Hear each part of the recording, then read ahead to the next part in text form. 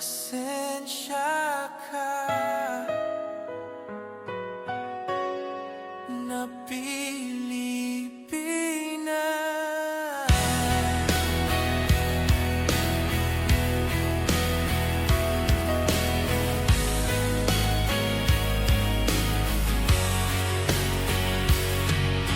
Pasensya ka na kung tila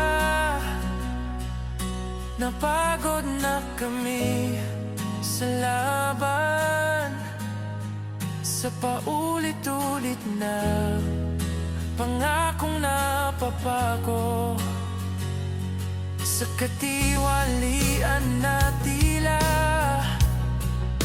hindi na kayang wakasan, sa bawat sigaw ng hustisya na nauwi sa katahimikan.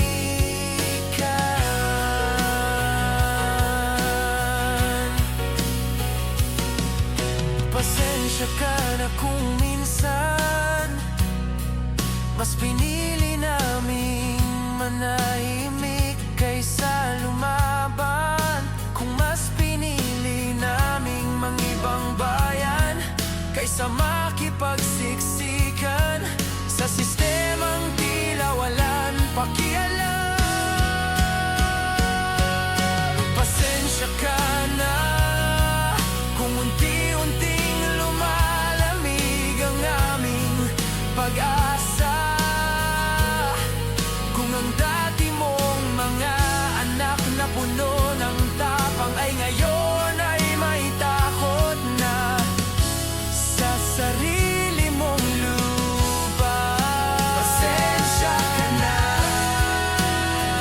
Pilipinas, kung hindi agad naming naipaglaban